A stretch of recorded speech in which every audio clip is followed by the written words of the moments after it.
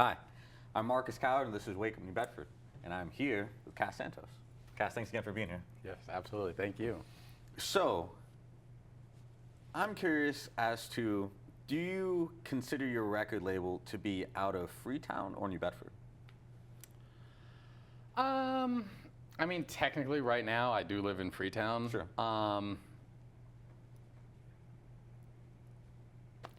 It's funny because I think on social medias, I think on a couple of them, I have it says it's like based out of New Bedford, and I think on one or two, I think it says like based out of Freetown, or like maybe on my Spotify it says from East Freetown, something like that.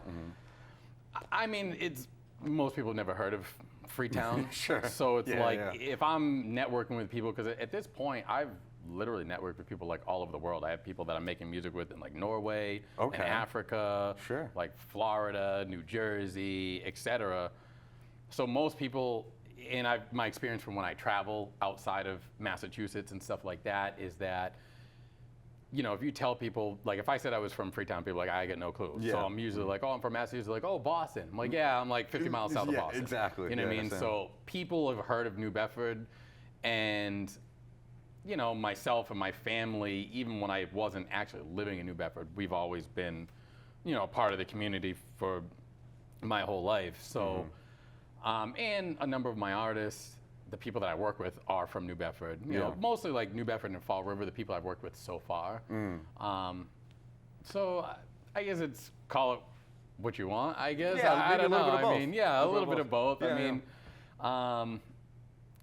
do you know of another record label in the area?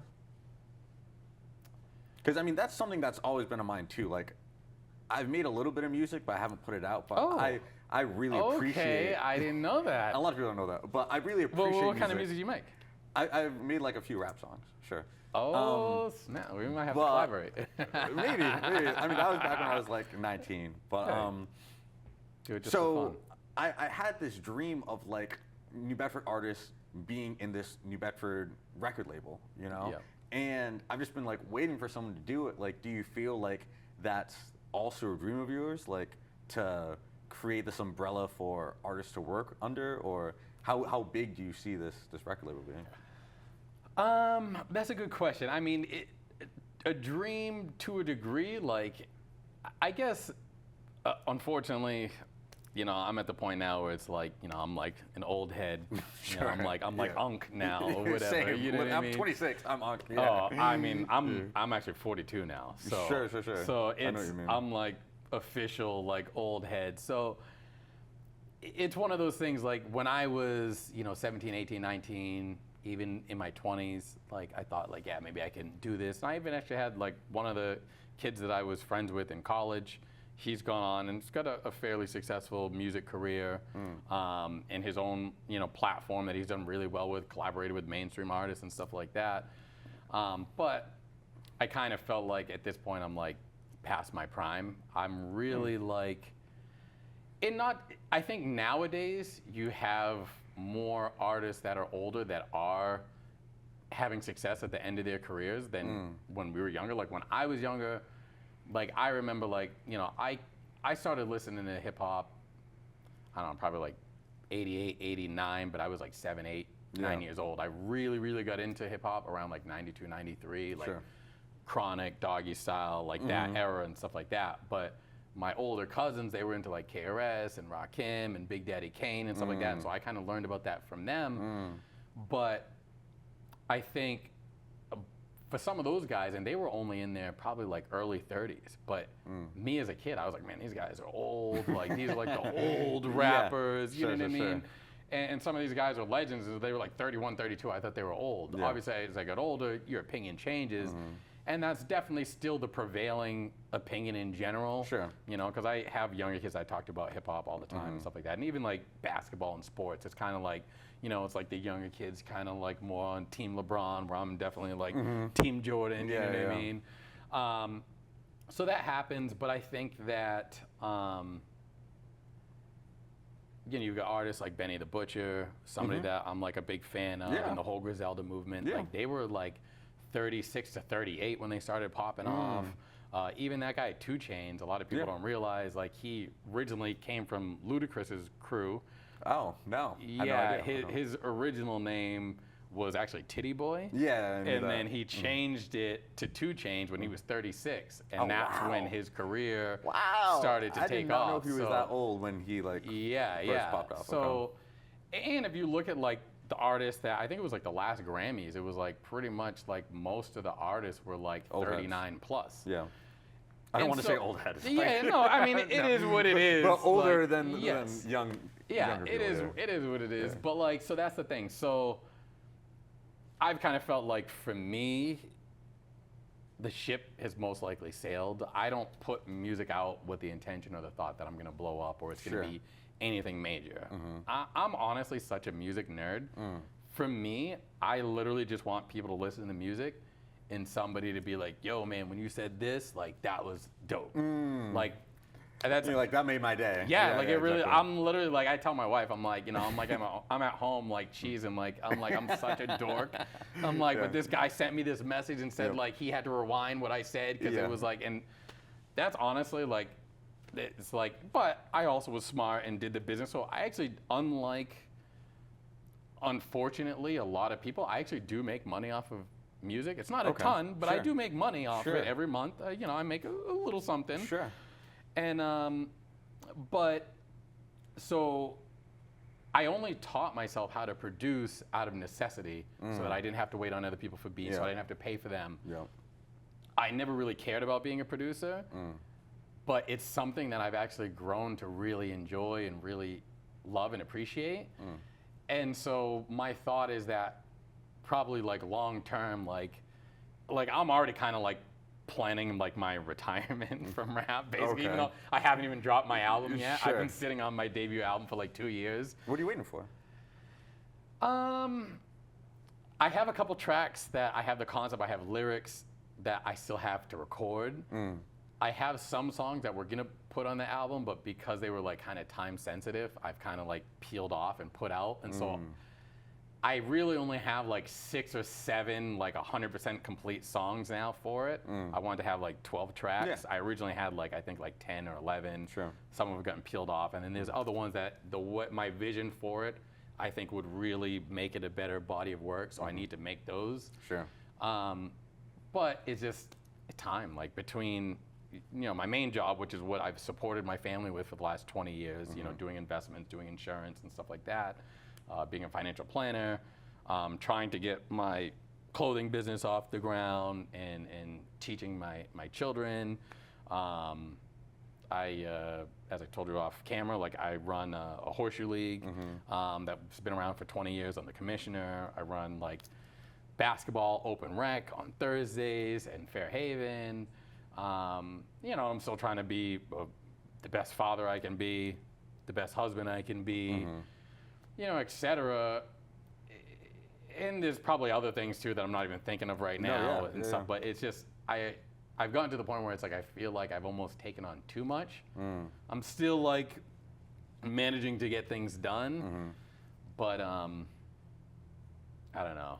I kind of veered off. No. So I can understand your sentiment with feeling like your prime has passed with putting out music and expecting to blow up. So I know where I was going with that. As far as for being like a business exec, like yes, I feel like a lot of record labels like will have your age of people owning the record label. Absolutely, and so that's where I kind of veered off. But that's where I was going was essentially, I do actually really enjoy producing. It wasn't something that I planned on or I thought I was going to enjoy it as much as I do, but I really enjoy it. And I see, I'll probably.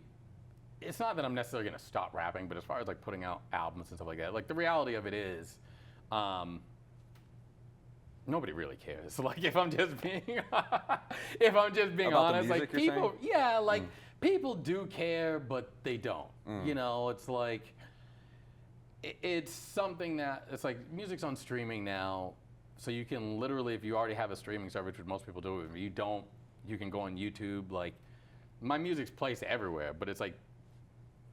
Some people literally won't even like skim through the music, which is fine too, because it's like not everybody's gonna like hip hop. For the people that like hip hop, if I rap over a boom bap beat, not everybody's gonna like that. If I rap over a new school beat, not everybody's gonna like that. If I rap over a drill beat, so everybody's got their taste and preference. So it's not like I'm expecting like everybody's gonna like my stuff. But the reality of it is, everybody's got their own lives and things that's going on, and unless you like really start to blow up, like people really don't care. It's like as an artist, we care so much about the music. You spend your time and energy crafting something, you put it out, and then it's like, or you like, you know, send it to somebody, or you post it on social media. It's like you get like 40 likes or whatever, which it's not like 40 likes is bad, but it's not like it's a lot. I can just post a picture like me with my daughter and get 150, 200 likes. People are like, oh, it's like, you know, it's so cool, and your daughter's beautiful, whatever. I'm like, hey, here's some art that I put my heart and soul into, and I worked on for 6 months, and it's like crickets. 4 people, yeah, like 4 people. It's like my, like, you know, like 2 of my good friends. One of the guys that collaborated with me is like, yo, this is fire, bro. Like, you know what I mean? So that's the reality of it. But I don't, like I said, that's not why I do it. That's why I still put my music out anyway, and that's why I still encourage people. And that's what I'm saying for you. It's like, you know, I know you're like, I was 19 at the time, but if it's something you enjoy, I encourage people to do it. If it's not something you enjoy, then hey, the heck with it. You know, do something else. You know, because we only get the one life as far as we know, you know what I mean? But, so I do see myself continuing to produce, though, for people. Sure. I think that that's something that, as long as like AI doesn't take over or whatever, like I could potentially produce till I'm like 70, 80 years old. For sure. If it's something I enjoy, why not? And so just the fact that I'm doing that, like from the business standpoint, I would obviously continue to keep, you know, focusing on the business and trying to handle that and make sure it's proper. Because if I do put something out, I want to try to at least get the most amount of eyes on it as possible. You know, but realistically, long term, it'll probably be me putting music behind someone else, putting support behind somebody else, and hopefully maybe one of them can, you know, blow up, or I can help propel them to the next stage of their career or whatever. So you might have just answered my next question, but what is your favorite part of the music industry or process? Is it the writing, is it the producing, or is it the business side? Honestly, I don't really care for like the business side. I hate mixing and mastering. It's like Really? so tedious. Yeah, I do it because it's like what's necessary, and also because I'm kind of a perfectionist and like self-diagnosed, like low-grade OCD. Sure. And so I realized that it's not going to sound the way I want necessarily if I just leave it in someone else's hands. Like I want it to. Which are all things that you learn in the process, but it's like, you know, when I was younger, I didn't realize the whole other step, that there was engineers and what they do, but that's what's giving you that proper audio fidelity. And I still have like room to grow and improve. I think where I'm at, considering I'm self-taught and only, you know, couple of years, is pretty solid, you know, pretty good. But I got room to grow. So as far as doing the business, it's like, it's like I gotta fill out all this paperwork with my distributor to like upload music, and I gotta get it in. It's like deadlines. It's like that's like the not fun aspect of it. Sure. I really just enjoy I enjoy writing. When you're writing and it's like you think it's something clever, it's like, ooh, like I gotta write that down. You know, I'll be in the shower like grabbing my phone on the countertop so I can like say it to Siri and dictate it or whatever. So I really enjoy that. I do really enjoy, like I said, making beats. You know, when I have something where I'm like, wow, this is dope, and I'm like just listening to it back in my headphones, like, wow, this is really cool. And having like a finished product and being like, wow, like this song came out really good. Like once I finish my demo, whatever it is, like it's cool. Or, you know, collaborating with another artist or one of my friends, it's nice to be able to see that. So it's really just the creation that I love. It's funny because you know, a lot of people are big into like doing the performances. One of your other guests that you had, my friend Trevor, TFB Breezy, like he's constantly doing shows and stuff like that. I've had other people like, oh man, it's the best thing. And I'm sure it'd probably be really dope if I was big enough where I was doing a show where it's like people knew my lyrics and stuff like that. That would probably be like, wow, this is like mind blowing. It's like so cool.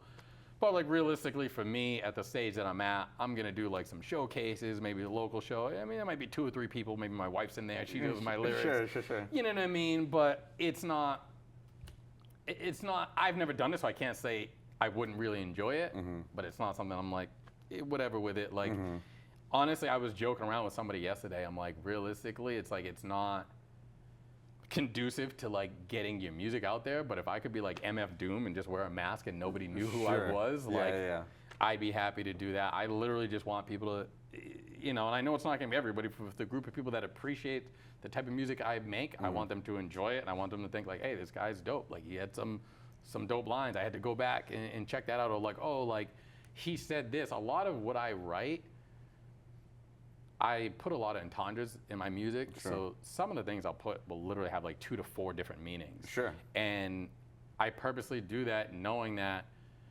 most people aren't gonna catch, maybe half of them, but knowing that 3 months from now, a year from now, somebody might be like, oh, snap, like, that's, oh, wow, that's really cool or whatever. Like, that's the type of stuff that I like, and that's kind of like. And that's one of the amazing things about like artists like Lil Wayne, where you can listen to lines years later and not even catch certain things and finally catch it. You know? And, absolutely. And so I want to ask you about the music scene in New Bedford. Okay. So, like we were saying off camera, that I've been making this playlist, like you made, of just New Bedford artists. Cool. And I've known this, but it was a little bit discouraging to see because, one, like, social medias like Instagram can be a little bit deceiving as far as like how popular some people are, and how that converts into like monthly listeners or like, streams. In that, so this is artist Caliph, okay? Yes, okay. And so has the most monthly listeners out of anyone I've seen. He only has like 3,000, which is good, comparative to, some levels. And then he has one song that has over 1 million streams. Yes. Those are the only. There's no numbers in all of and there's over like 500 songs that I've added to this playlist, maybe like 10 to 20 artists. And so no one's even close to that, And so my question to you is, what would be your advice to artists that could help them boost their streams or help with promotion? What would be some of your advice to artists to help them grow that people haven't been doing so far? Yeah, it's funny that you mention that because it's like, I've always not liked the fact that Spotify has the monthly listener count and the stream count as like a fan, because I feel like it puts as both a fan and an artist, because I feel like it puts a lot of emphasis on people do watch that. Like there's this guy, Flea Lord, who's like an underground artist. He was an opener for a Griselda concert that I went to, and I was like, wow, this guy this guy was like sweating. He was like really putting on a performance. He was like all in, and you could tell like he was somebody that they basically just pulled off the streets, was like trying to fix his life. So he was like giving it his all. And I'm like, this guy's like, wow, this guy's like good raw talent. And I started listening to him, and I tried to I had like a group chat with like a couple of younger kids that are into hip hop that I've been talking to since they were like 15, 16. They're like in their early 20s now. But I was like, hey, check out this guy. And I sent it to him. And he was like, oh, this guy's only got like 100,000 listeners. And I was like, huh? And I was like, what? So then I went and looked. I'm like, okay. I'm like, is that bad? Yeah. But he's like, oh, like all the people he listened to was like 20 million, 15 million, 5 million or whatever. So he was like laughing at him like he was a joke. I'm like, this guy just started making music. He's got 100,000 people that are listening to him every month. I thought it was impressive, but I'm like, they were like as if he was a nobody. So 100,000 wasn't even good enough.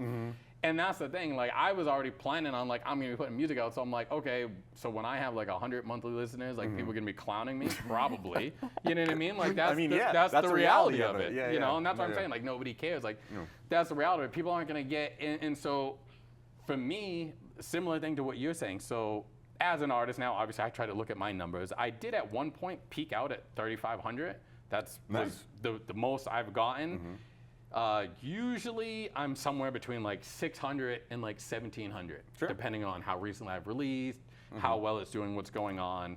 But I have tried to, the artists that I've worked with, I've tried to like, promotion, help bump them up. So like the music that I just put out recently, the project that I just put out, like most of those artists right now have somewhere between like 600 and like 900 monthly listeners, which I think for an indie artist is solid, especially like you said, like looking around here, unfortunately, there's not enough eyes in support for some of the local artists, because there's artists that I've seen around here. I'm like, oh, this guy's pretty dope. And then I like happen to be in Spotify, like let me add one of his songs to like my playlist. And when I go to his page, it's like 13 monthly listeners or something. I'm like, wow, that's crazy. Like, this guy's doing all this stuff, he's promoting whatever. Yeah. 13 people. It's like 13. He's one of them, Yeah. right? No, like, and that's the thing. You have so and many. that's not to, and that's since we're on recording, this is not to say anything negative, it's just because it's like that's the reality. Because I think these people are dope. Like, Yeah. they should have more.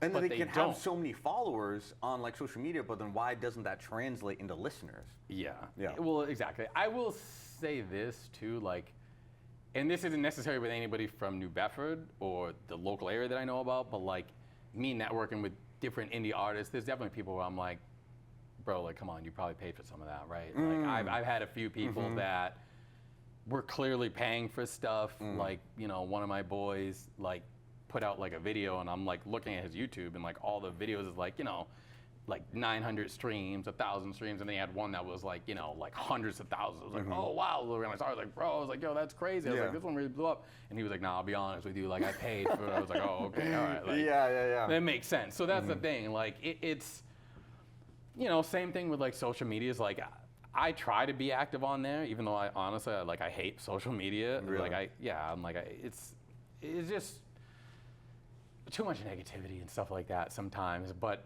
I know it's like a tool that you have to use. So I'm on there, not because I want to, but because I need to use it. But then now the algorithms is so good. It's like, next thing you know, the next video is like, here's a Michael Jordan post or a Michael or a Tupac post or whatever. So then I start like scrolling. I'm like, ugh, I was just going to post this, and I've been on here for 10 minutes looking at garbage, or people hearing like people with their political takes or whatever. But so it's tough to build up like your platform. And I know that there's different resources. I remember years ago, and this was before I made music, just because I wanted to see if I could build up, like, they had like apps in the app store. It's like, oh, you follow me, I'll follow you back and stuff.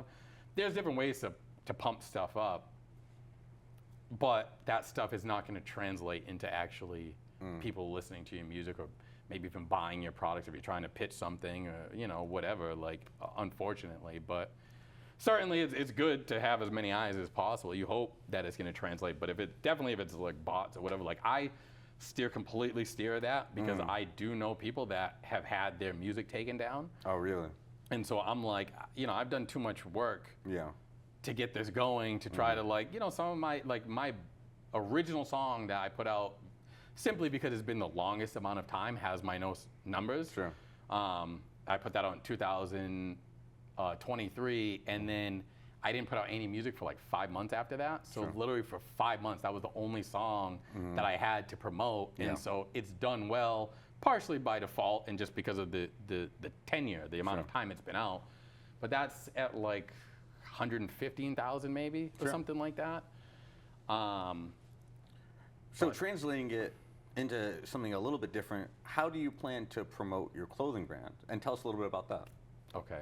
Yeah, and I apologize because I feel like I didn't fully answer your No, thing. But I do fine. have stuff for artists, or I'll say, like, if anybody that's watching this wants to reach out to me, I'm always happy to, like, give any type of free game, help people out, whatever, and definitely, obviously, always willing to collaborate and stuff too.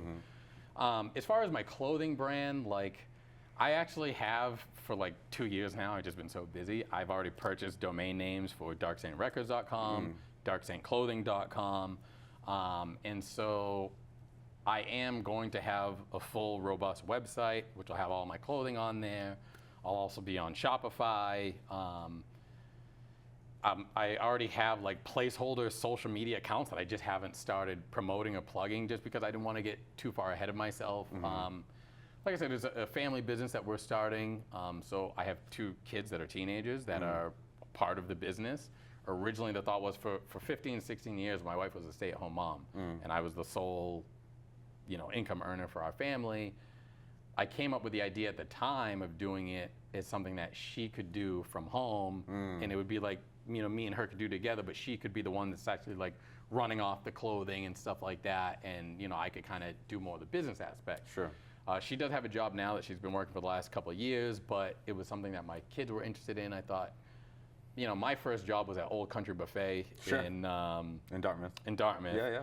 And I made like $5.25 an hour, and I come home greasy, smelling like food and stuff like that. So, and it's like Friday night, Saturday, Sunday, not when you want to be working. So my thought was, if I could provide an opportunity for my kids teach them about entrepreneurship and give them a leg up.